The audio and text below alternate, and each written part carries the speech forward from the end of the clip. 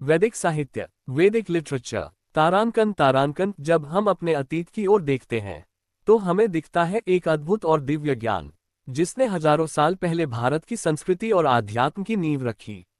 ये ज्ञान है वैदिक साहित्य। वैदिक साहित्य सिर्फ किताबें नहीं, बल्कि हमारे पूर्वजों के चिंतन, साधना और दर्शन की झलक है।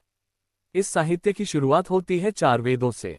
ऋग्वेद, जहां देवताओं की स्तुति के अद्भुत मंत्र गूंजते हैं। सामवेद, जो संगीत और भक्ति का अद्वितीय संगम है। यजुर्वेद, यज्ञ और कर्मकांड की गहन विधियों का संग्रह। अथर्ववेद, जीवन की समस्याओं का समाधान और रहस्यमय शक्तियों का समावेश। इन वेदों को समझने और पालन करने के लिए रचे गए।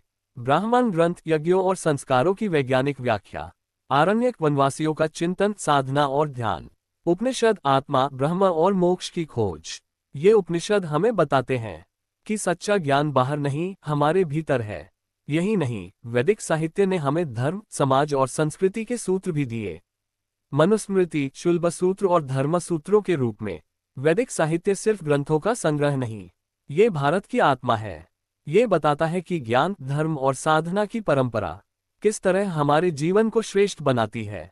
आज भी ऋषियों की वाणी हमें सिखाती है कि हर युग में ज्ञान ही सबसे बड़ा दीपक है। वैदिक साहित्य, भारत की वह धरोहर जो समय के साथ और भी निखरती चली गई।